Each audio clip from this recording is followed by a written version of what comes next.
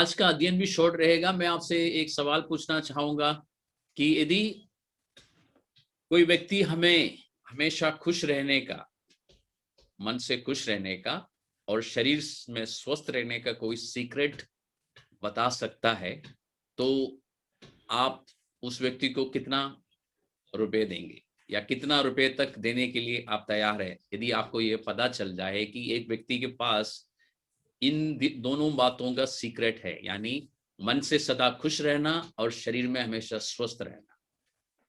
आपको मुझे बताने की जरूरत नहीं है, चैट में लिखने की भी जरूरत नहीं है कितना पैसे देंगे, क्योंकि मैं आपसे पैसा मांगने वाला नहीं हूँ, मुझे चाहिए भी नहीं। लेकिन दुनिया में आपको पता है, हमारे देश में भी है और बाहर देशों में भी मोटिवेशनल स्पीकर्स है, बहुत सारे हैं, अनगिनत है।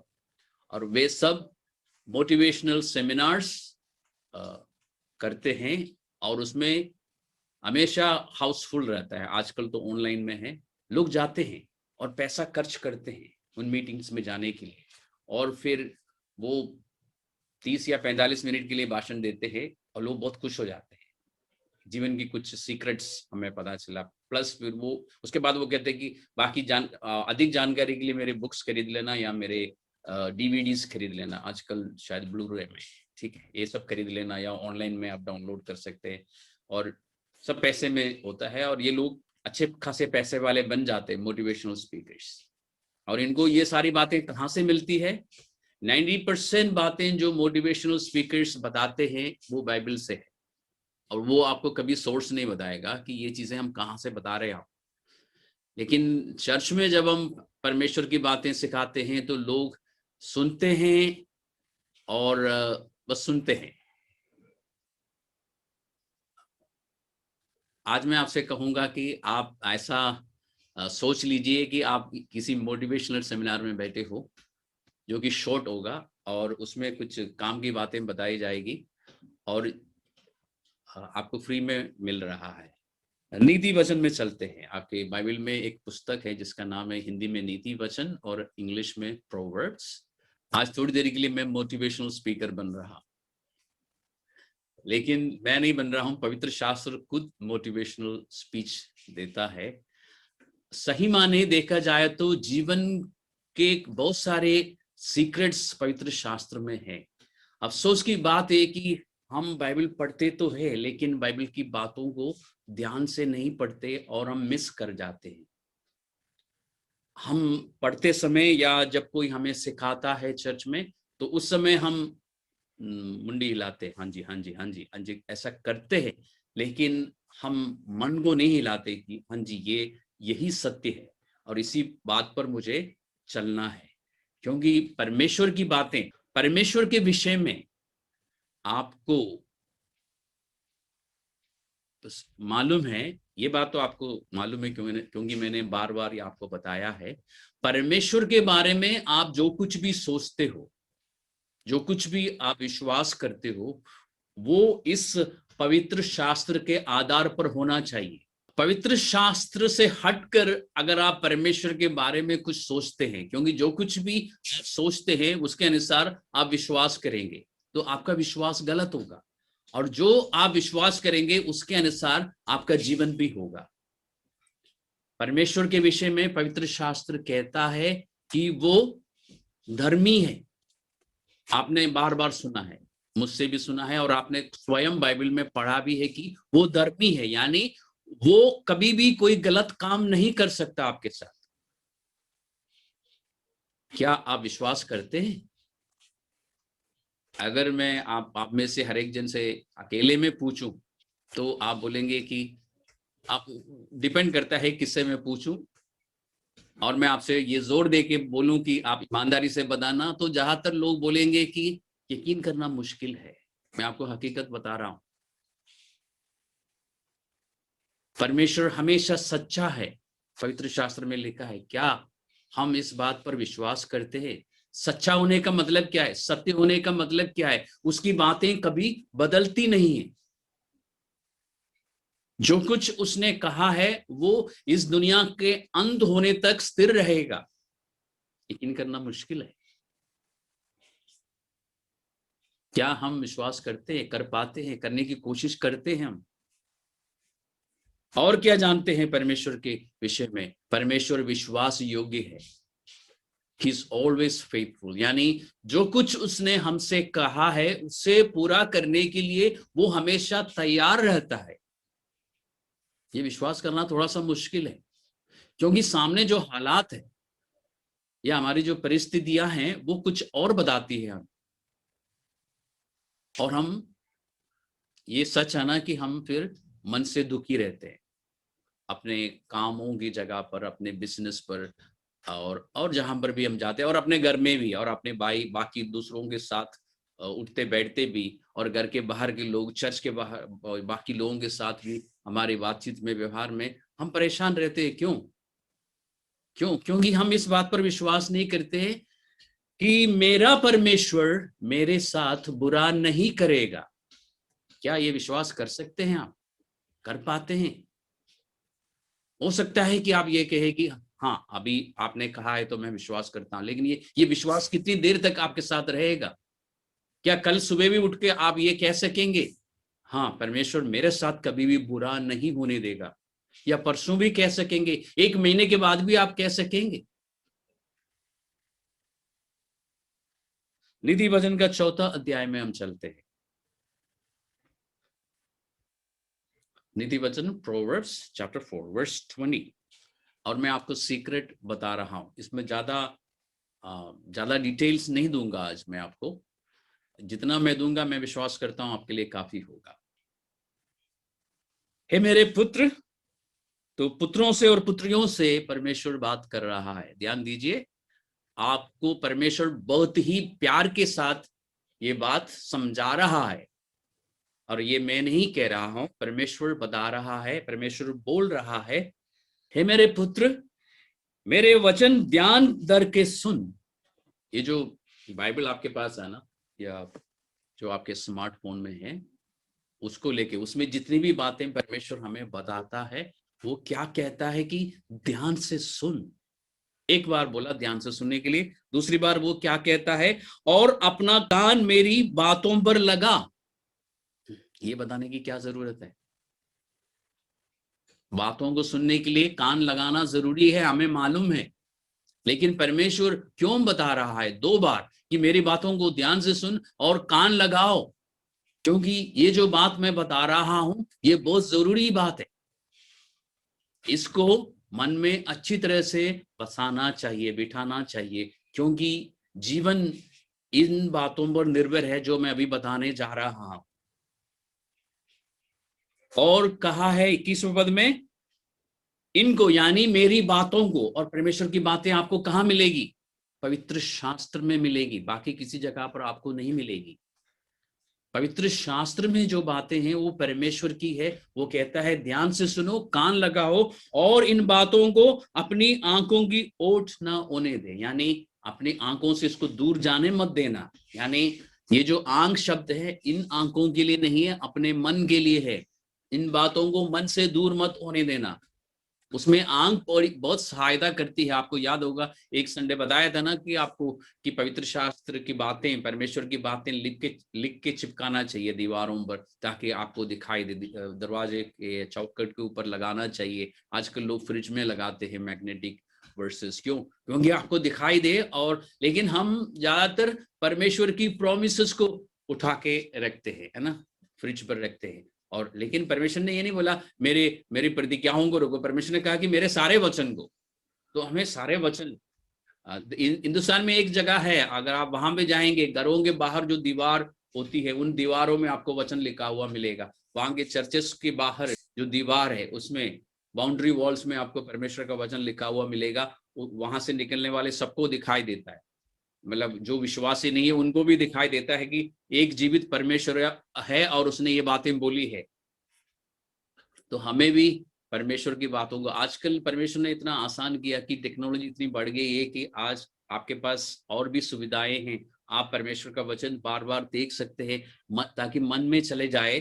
क्योंकि 21 पद में लिखा है कि इनको आंखों से ओझल होने मत देना, वरन अपने मन में धारण कर, मन में आंखों के द्वारा आएगा। क्योंकि जिनको वे प्राप्त होती है, जिनको ये वचन मिलता है, जिन परमेश्वर की बातें मिलती है, तो हरेक को नहीं मिलती। हर एक चर्च जाने वाले को परमेश्वर का वचन नहीं मिलता, जबकि परमेश्वर का वचन दिया जाता है लेकिन सबको नहीं मिलता। फिर मिलता किसको है? जो कान लगाता है, जो ध्यान देता है, जो बाइबल की बातें बताते समय अपने सेलफोन में एसएमएस और व्हाट्सएप करते रहते हैं, उनको नहीं मिलता। क्यों? क्योंकि उनका ध्यान एसएमएस और व्हाट्सएप में है या और बातों में है। और जो वहां बैठे बैठे दूर तक जाते हैं अपने मन में, उनको नहीं मिलता। आपको मालूम है ना कि हमारा मन जो है कंप्यूटर से भी फास्ट चलता है। परमेश्वर ने हमारे मन को इस तरह से बनाया है कि हम यहां बैठे बैठे एक सेकंड के मिली सेकंड में हम यूएसए पहुंच सकते हैं। उदाहरण के लिए अभी मैं यूएसए में हूं मेरे विचारों में, और मैं घूम घाम के दूसरे सेकंड के अंदर दिल्ली में वापस आ सकता हूं। आप कहीं भी जा सकते हैं। अभी गर्मी आने वाली है, आप तुरंत नैनीताल जा सकते हैं, शिमला जा सकते हैं। शिमला में ऐसा होता है, और 2 सेकंड के अंदर सोच के आप वापस चर्च में आ सकते हैं। लेकिन क्या है, हमारा मन अगर परमेश्वर की बातों की ओर हम नहीं लगाते तो परमेश्वर की बातें हमें प्राप्त नहीं होती। हम नोट्स भी लिख लेते हैं। एक गलती हम क्या करते हैं, हम नोट्स तुरंत लिख लेते हैं, चलो बाद में देख लेंगे। बाद में जब देखे तो हमें कुछ नहीं समझ आता कि उस समय क्या बताया गया था, क्या समझाया गया था। ये कीमती चीजें हैं। ये हीरा और मोती से भी ज्यादा कीमती है। परमेश्वर क्या कहते हैं कि मेरा वचन जिसको प्राप्त होता है, 22वें पद में, जिनको वे प्राप्त होती है वे उनके जीवित रहने का कारण बन जाती है। जिनको परमेश्वर का वचन मिलता है, तो इसका मतलब सब, मैंने समझाया ना, सबको नहीं मिलता। जिसको परमेश्वर की बातें मिल जाती है, उन बातों के कारण वो जीवित रह सकता है। कैसे जीवित? दुखी होकर, परेशान होकर नहीं, वो खुश होकर रह सकता है। खुशी का सीक्रेट यह है। और उनके सारे शरीर के चंगे होने का कारण होती है। खुशी की बात है कि परमेश्वर ने बहुवचन में लिखा है उनके, इसका मतलब एक से ज्यादा लोग कर सकते, तो हम सब कर सकते हैं। अगर हमें वचन मिल जाता है तो हम जीवित रहेंगे, यानी हमारे मन में खुशी होगी और हम स्वस्थ रहेंगे, हेल्दी रहेंगे। किसके द्वारा? इस वचन के द्वारा जो आपके पास है। आपको मालूम है, और मैंने 2-3 बार इसका जिक्र भी किया है, कि 2 तरह की बीमारियां हमारे शरीर में आ सकती है, या 2 तरह के हमारे शरीर में तकलीफ पहुंच सकती है। एक है जो बाहर से आती है, जैसे आप चलते चलते पानी पड़ा था फर्श में, आप फिसल के गिर गए, तो वो बाहर से, उसका आपका मन के साथ कोई कनेक्शन नहीं है। आप गिर गए, थोड़ी सी चोट लगी, दवाई लगानी पड़े, या मूव लगाना पड़ा, या आप गिर गए, हड्डी हल्की सी टूट गई, हल्का सा हेयरलाइन फ्रैक्चर आ गया, प्लास्टर चढ़ाना पड़ा, वो बाहर से है, वो आपके मन से कनेक्टेड नहीं है, वो जल्दी ठीक भी हो जाता है। लेकिन बहुत सारी बीमारियां जो है हमारे मन से जुड़ी हुई है। अगर हम मन में ठीक नहीं है तो गारंटीड है कि हम शरीर में स्वस्थ नहीं होंगे।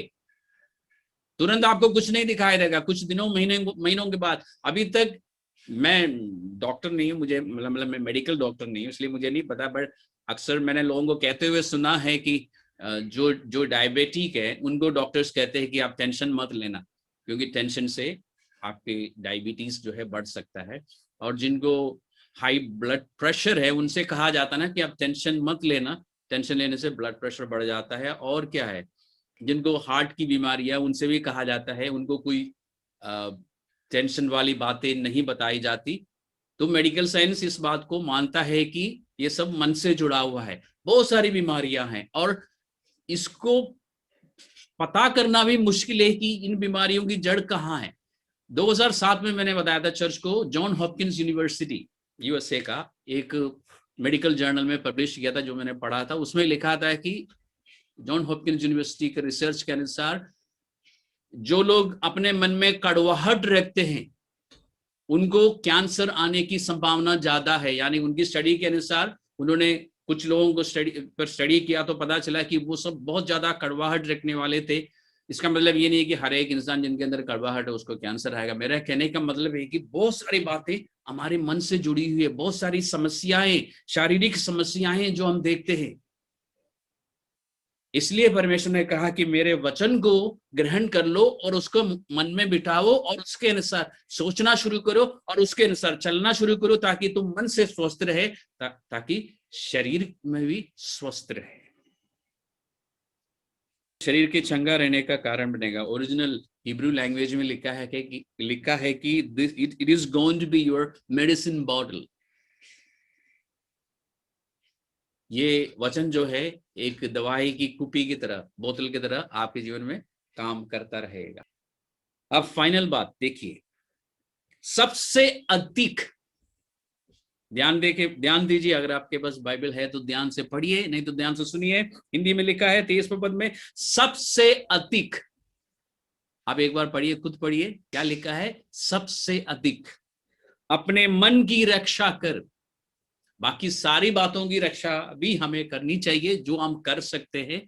हम अपने फाइनेंस की रक्षा करना जानते हैं, अपने शरीर की रक्षा करना हम जानते हैं। सर्दी में हम सर्दी के अनुसार कपड़े पहनते हैं, हमें मालूम है। गर्मियों में हम गर्मी के अनुसार कपड़े पहनते हैं, हमें अच्छी तरह से मालूम है कि शरीर की रक्षा कैसे करनी है, हमें मालूम है, हम करते हैं, बहुत अच्छी बात है। फाइनेंस की रक्षा हम करते हैं, अपने पासवर्ड के प्रोटेक्शन हम करते हैं, जो आईटी एज में है इसलिए आपको बता रहा हूं। तो इन सब चीजों के बारे में हमें मालूम है, करना भी चाहिए। लेकिन इन सब बातों से भी ज्यादा परमेश्वर क्या कहता है, और ये ध्यान रखिए, कितने साल, 3000 साल पहले लिखी गई बात है या 2500 साल पहले, और आज भी सबसे ज्यादा या सबसे अधिक मन की रक्षा कर, क्योंकि जीवन का मूल स्रोत वही है। इसका मतलब क्या है? जीवन का मूल स्रोत मन है, यानी सब कुछ मन से उत्पन्न होता है। यानी आपके मन में जो विचार आप रखते हैं उसके आधार पर आपका जीवन होगा। आप अपने मन में अपने बारे में क्या सोचते हैं, दूसरों के बारे में क्या सोचते हैं, और परमेश्वर यीशु मसीह के बारे में क्या सोचते हैं, उन बातों के आधार पर आपका जीवन होगा। इसलिए सबसे ज्यादा मन की रक्षा आपको करनी चाहिए। और ये मैं नहीं कह रहा हूं, ये परमेश्वर ने लिखवाया है। और जो लोग इस बात के अनुसार चलते हैं वो अपने मन से ठीक रहते हैं और उनका शरीर भी ठीक रहता है।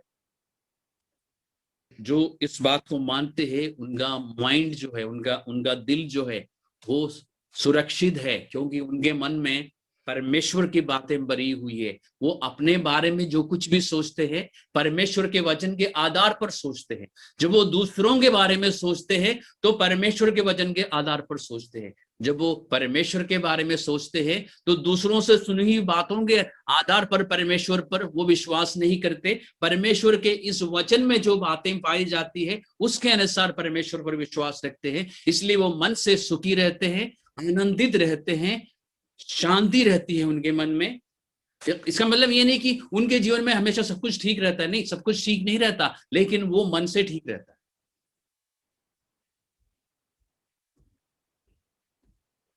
सबसे अधिक मन की रक्षा कर कैसे करेंगे?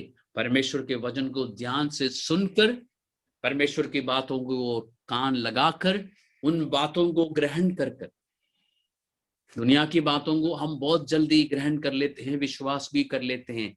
उससे भी ज्यादा हमें परमेश्वर की बातों पर विश्वास करना चाहिए, तब हम मन से स्वस्थ रहेंगे, शरीर से स्वस्थ रहेंगे। पवित्र शास्त्र में कल मैंने एक काम किया, क्योंकि आपको याद होगा कुछ संडेज पहले मैंने आपको सिखाया था, पतरस की पहली पत्री से 5वां अध्याय से मैंने बताया था कि वहां पे लिखा है कि अपनी सारी चिंता उस पर छोड़ दो, क्योंकि उसको हमारी परवाह है, उसको हमारा ध्यान है। और मैंने आपको एक काम करने के लिए बोला था, मैंने कहा था कि जो इस समय आपकी चिंताएं हैं सब लिखो एक कागज में, और उसके बाद उसको फाड़ दो, कूड़े में डाल दो, और ऐसा मान के डालो कि ये मैंने परमेश्वर को दे दिया है। अब परमेश्वर इसके बारे में सोचेगा, मुझे सोचने की जरूरत नहीं। तो मैंने भी उन दिनों में किया था, उस दिन किया था जिस दिन आपको मैंने करने के लिए कहा, उससे पहले भी किया था। लेकिन उनमें से एक बात कुछ दिनों से मेरे मन में फिर से आने लगी। तो कल मैंने, नहीं, आज सुबह, जहां तक मुझे याद है आज सुबह मैंने फिर से लिखा, क्योंकि वो चीज मेरे नहीं, मुझे याद नहीं, आज सुबह लिखा है, कल शाम को लिखा, मुझे याद नहीं है। मैंने लिखा, फिर से लिखा, फाड़ दिया, कूड़े में डाला। क्यों? क्योंकि मैं उस बारे में चिंता नहीं करना चाह रहा था। वो बात, बाकी सारी बातें खत्म हो गई, सेटल हो गई, एक बात रह गई। तो मैं ये कहने की कोशिश कर रहा हूँ कि कुछ बातें दोबारा आ सकती है, क्योंकि जब तक वो बात सेटल नहीं होती, घूम फिर के आपके पास फिर से आ सकती है आपके मन में, तो आपको दोबारा करना चाहिए। तो मैंने किया, और उसके बाद मैंने कहा कि मेरी तरफ से ये परमेश्वर को मैंने फिर से दे दिया है, मैं इस बारे में नहीं सोचूंगा, सोच के मुझे कुछ मिलेगा भी नहीं, मैं जानता हूं। उसी जगह पर लिखा है, क्योंकि आपको परमेश्वर ने कहा कि सारी चिंता मुझ पर छोड़ दो, क्योंकि मुझे तुम्हारी परवाह है। क्योंकि लिखा है, तुम्हारा विरोधी, तुम्हारा विरोधी आपका अपना एक पर्सनल एनिमी है, मनुष्य नहीं है, किसी मनुष्य की ओर मत देखना। दुष्ट आत्माओं की, शैतान की बात हो रही है। आपका दुश्मन जो है इस फिराक में रहता है, वो घूमता रहता है, ढूंढता रहता है कि कौन मुझे मिले फाड़ खाने के लिए, नाश करने के लिए, खत्म करने के लिए। और नाश करने का मतलब ये नहीं है कि आप मर जाएंगे, वो तो बहुत आसानी से हो जाता है, मरने के बाद आपको कुछ पता ही नहीं लगेगा ना। नाश करने का मतलब है कि आपको धीरे धीरे धीरे धीरे सता कर, परेशान कर कर, मैक्सिमम दर्द दे के आपको धीरे धीरे खत्म करना। उसमें शैतान माहिर है। और वो कैसे करेगा? आपको मन में सबसे ज्यादा दर्द। पवित्र शास्त्र वार्निंग देता है, उस बात को ग्रहण कर लेना चाहिए कि वो ढूंढता है कि कौन मुझे मिलेगा। अगर अब मेरे पास परमेश्वर का वचन है तो मैं उसके शिकार नहीं बनूंगा। क्यों नहीं बनूंगा? क्योंकि मैं अपने बारे में वचन के अनुसार सोच रहा हूं। मैं उसको मौका नहीं दूंगा। वो मुझे फाड़ नहीं खा सकता, वो मुझे नाश नहीं कर सकता। इसलिए मैं आपको संक्षिप्त में इतना बताना चाहता हूं कि परमेश्वर की बातें, परमेश्वर का वचन आपके पास है, उसको ध्यान से पढ़िए। जब आप चर्च मीटिंग में जाते हैं, बातों को ध्यान से सुनिए। हम हफ्ते में एक बार चर्च आते हैं, वो भी 1-2 घंटे के लिए। टीचिंग मुश्किल से 30 मिनट से लेकर 35 मिनट तक होती है। उस समय बाकी सब कुछ एक तरफ रखिए, ध्यान से सुनिए। और हर बार, चाहे टीच करने वाला कोई भी क्यों ना हो, टीचर की तरफ मत देखिए। जो बातें आपको मिल रही है, उन बातों की ओर देखिए, ध्यान से सुनिए। अगर वो 100 बातें सुनाते हैं तो उसमें से कम एक बात स्पेसिफिकली आपके लिए होगी, उस बात को पकड़ लीजिए। इस तरह कोई और बात किसी और के लिए होगी। कुल मिला के सबके लिए कुछ ना कुछ हर बार टीचिंग में होगा। उसको ले लीजिए, ग्रहण कर लीजिए, उसके अनुसार अपने विचारों को बदलना शुरू कीजिए। आप मन से स्वस्थ रहेंगे और शरीर से भी स्वस्थ रहेंगे।